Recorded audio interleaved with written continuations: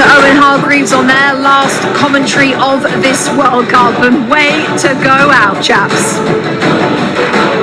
Absolute madness. A tennis score. Third place games are not supposed to be like that. I suppose, though, Alexi Lalas, Peter Schmeichel, Kasper Schmeichel. Kasper, in a third place game, you get nothing sometimes, or maybe you get everything. And we certainly got everything. It had absolutely everything. It's probably the big game of the tournament. I mean, I think if I look back, the last one was Morocco, Croatia. That was a very good game as well. So I think these games, they've got something to say for themselves. And this guy here, Kylian Mbappe, he's leading the race now. So yeah, there's certainly something, some meaning about it. Peter, what did you make of it? Oh, well, this man here, what a great service he's done to world football. As a football player, I played against him many times, but also as a coach. He's won everything. He's lining his last team up today, and for 45 minutes they seriously embarrassed him. What he did at halftime was he just showed everybody how good a manager he is. He made 4 big changes. Took some big names off. He took the Turkey up, who's been moaning all tournament. He's not had playing time. He got his 45 minutes, didn't play well, came off. And then what France did, the team in the second half, they did the exact opposite to him. And I'm so happy for him. Even though they lost the game, I'm just happy that his team rewarded him with that second half. Alexi, the highest scoring World Cup match since 1982. What did you make? Well, if you are one of those that looks at a third place game in the World Cup and thinks that it's worthwhile and that it matters to the players, to the coaches, and to the fans, and that the players care and that they're taking it seriously, then you just witnessed one of the greatest World Cup games in history. If, however, you are one of those, and there's plenty of them out there, and certainly over the last couple of days it's been debated, where you think that the third place game is a useless exercise and the players don't care and there are stakes and it's unnecessary, then I suppose you look at this as one of the greatest verses in the World Cup history. I thought this was awesome. I thought this was... There's so many things to talk about when it comes to these two great teams that have made this World Cup great in different ways, individually and collectively as teams. I think it's almost a fitting ending for both of these teams, something to be taken by everybody, including the fans here. But, that man right there, when it comes to goals, he's competitive. He wants to win. To your point, that man right there, a legend with what he has done. This doesn't change anything when it comes to this scoreline. He and his team provided us incredible moments throughout this tournament and multiple tournaments. And your England squad, that's the way to end it. I don't know what the narrative is going to be relative to Thomas Tuchel and ultimately how this team is viewed through this tournament. But this was something pretty special. Yeah, I mean, I'm thinking back to we had 10 goals today. Another legendary manager, Sir Alex Ferguson, his last ever game I think was 5-5. So it must be one of those things when a legendary manager goes out, they go out in an incredible game. So I mean, I'd say salvage some pride in the second half. I know they lost the game. To Alex's point there, if you think people don't care, look at Kylian Mbappe's face. Look at his face. He is furious, and that just shows everything. He cares a lot. What a game, the penultimate match of the... Hasn't it? As England fans can only wonder what would have happened had Saka played in the World Cup semi-final. The 4th England player to score a World Cup hat-trick. 10 goals in the third place match. We have got tons more on the way. See you in a second. For our superior player of the match, sponsored by Michelob Ultra, Bukayo Saka was an unused sub in the semi-final defeat to Argentina, but he made the most of the opportunity today, becoming the 4th England player with a World Cup hat-trick. He joined Sir Geoff Hurst, Gary Lineker and Harry Kane on that list. And what a list it is, as we welcome you back to our set here just next to the Brooklyn Bridge by the East River in New York. Lovely to have your company. Alexi Lalas, Peter Schmeichel, Kasper Schmeichel, Rebecca Lowe. Have we got a highlight for you? Take a breath, everybody. Buckle up. We've never had a longer one. Go. All right, epic highlight. And we're going to start off here. Declan Rice, a couple minutes in, says, all right, we're going to announce that this is going to be a game unlike any game that you have seen. Scores from distance, and England like that, off to the races. All right, you want some more? All right, how about some set pieces? Konza goes up high, boom, right in the far corner. England's running away with it. 2-0. You want more? I got more for you. 37th minute. Saka, who we'll talk a whole lot about, from one end of the other. Look at this. All right, you win the ball, and off to the races. Saka just plays it in. But there's still a whole lot that has to happen here. Breakaway, save, regroup, shot from Saka. He's on his, you know what? He says, all right, well, the play's not over. I'm going to get back up and, oh, look what I found. There you go. For 2. Now that's 2 goals for you, my friend. All right, you want more? I got more for you. Wonderful little ball into space. Saka falling away. Just picks out that far corner. Oh, yeah. He's feeling good. He's feeling good. Now he's on 2, and it's halftime. All right. Everybody settle down. Everybody talk. Everybody's having a good time. Thomas Tuchel talking to Mbappe. Take it away, my friend. And what I wouldn't have given to have heard what was said at halftime, because it was a completely different France that came out in the second half. And we see straight away the intent, incredible pass, and then that side foot finish, just so cool, so clinical, gets them back in the game, gets the momentum going again. And then again, England, they start to sit back again. We were calling for Big Dan Burn, and then you see this pass here, inside, and again, incredible finish, such good anticipation. And then, for me, one of the goals of the tournament coming up here, just watch this assist here from Michael Olise. Steps over it, outside the foot, one touch, boom, goal. Such a good finish from that man again. And then, we keep going. You see again, step over, just incredible control. And you see now they're in the ascendancy. Then we get to this. This is probably maybe even overplaying, but what incredible football this is. You see the passing, the intricate passing, and how has he missed? This is to bring them back level. This could have been the game changer. And it's all France. And all of a sudden England decides to attack. And when you attack, sometimes you get some rewards. Ted Spain's got taken down by Malagos. See, Jude Bellingham, he was supposed to take the penalty, but he gives it to Saka so he can get his World Cup hat-trick. What a performance by Saka, by the way. And then you think it is all over. 7 minutes added on wasn't over. Upi Makama thinks, I'm going to get this ball and I'm going to pass it out to Dembele. What a pass that was.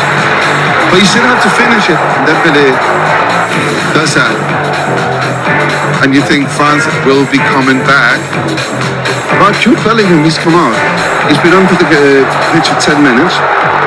He played a very, very big part in what happened in those, 13, 15 minutes he was on. And he's thinking, what Mbappe can do, I can do the same. That was a very, very good goal for him to round out a fantastic World Cup he's had personally. And for England, they came out of this with, a lot of credit in the end. And so did France. 6-4, the final score. You just saw Jude Bellingham there. 7 goals at this World Cup for him. And by the way, Michael Olise now with 7 assists, 2 assists today. That's the most on record in a single World Cup. He surpassed Pele, who had 6 assists in 1970. We are breaking records all over the place. Let's hear from the man today who got a hat-trick. Here's Bukayo Saka. How do you look back on England's tournament as a whole? Yeah, I would say we built and built across the tournament. We had some amazing results, and in the end we fell short against Argentina, and it hurts a lot to all of us, and I'm sure it's the same for the fans back home, but we have to hold our head high and move on and focus on the next one, that's what I say. Finally, yesterday John Stones said he doesn't like the noise around the manager. How do you feel about that? I think it's just part of the game. When you lose, there's always going to be noise. When you win, there's going to be noise. It's how you react to it, how you use it as fuel. And today we finished strong, so that's all we could really do, and we done it. With the England team, there is always noise. Alexi, what do you think the narrative will be now after maybe a few days, although I'm not sure the newspapers give anyone a few minutes, let alone a few days, because what do you think they'll look back on this World Cup as? A missed opportunity. I think it's still going to be, it was in the palm of your hand and you let it get away. In the moment that Thomas Tuchel was hired to get you beyond, they weren't able to do that. And you know, this is not going to solve everything, this result. It'll be a nice result, and I think rightfully so, it should be celebrated. But in totality, I think England did some wonderful things. I mean, we're looking at Jude Bellingham, and that performance in this World Cup is something to behold and something to cherish and something to celebrate. So there were wonderful moments, including down in Mexico City, that game against Mexico, that you really felt was historic and they pushed on from. But ultimately, the game that they needed to win, and more importantly, I think English fans recognize could have been won, wasn't won, and this doesn't change that. Peter, I think since the game against Argentina, since the semi-final, the narrative towards the players has been pretty positive. I think the England fans are still very much on board with the players. To the manager, as was talked about there in that interview, to Bukayo Saka, pretty negative. Do you think that this will change it at all now that England have had their best finish at a World Cup since 1966? I think it's all a bit silly, because I think people should take a step back and actually look what England has done.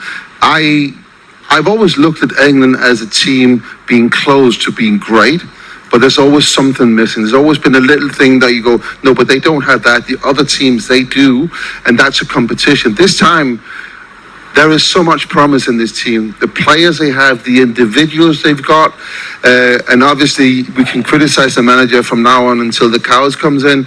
It's not going to change much. Yes, I think he made one mistake. He didn't play Saka at all in that semi-final against Argentina for whatever reason. I do not know, but that's not going to define what they've done in this World Cup. They've played well. They've played really well. I was in Mexico for that game.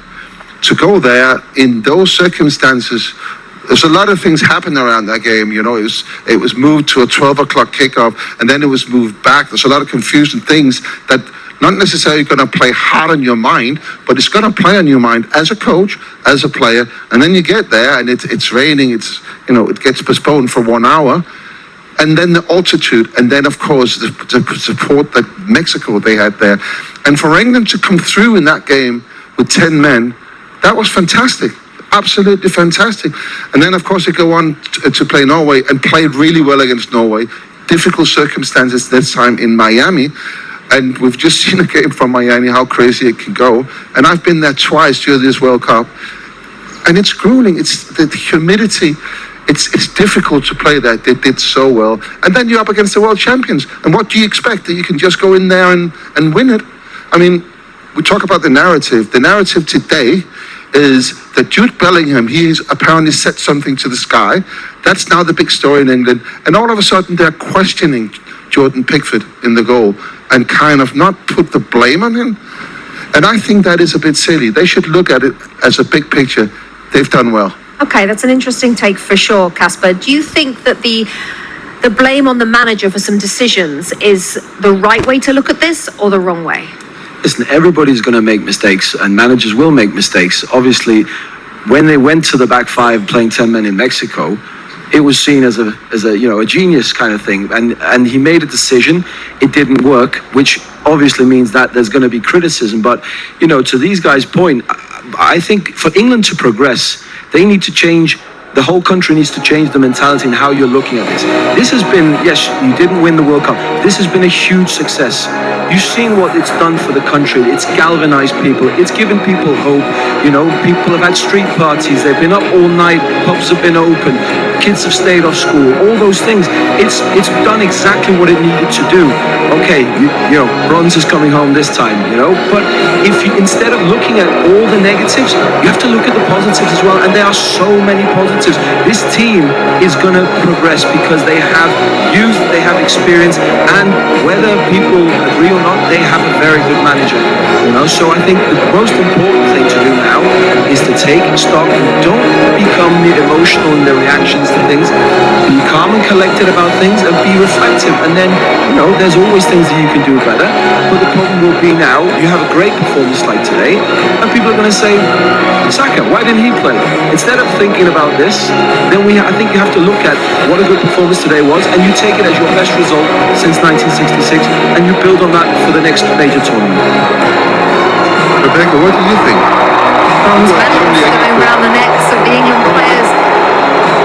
I think, as I said, the players are very, very popular with the England fans, and there are a few being questions calm and collected is about not the something man. that England fans No, or media or anybody not is. particularly positive either. I don't think England fans necessarily are either. I think, to be honest, final word, the England fans' perspective is often that it's the way they went out of the World Cup, not that they went out of the World Cup. No expectation from England fans to beat the world champions in Argentina. It's the way that they went out. There you go. This just goes to show how together they are. This is the fourth choice goalkeeper, bringing him up. He's been in the tournament, not been in any of the squads, but he's trained every day. They still get him a medal. You know, that shows the togetherness and how much everybody in the team means to each other. Good point, Casper. Chaps, thank you very much.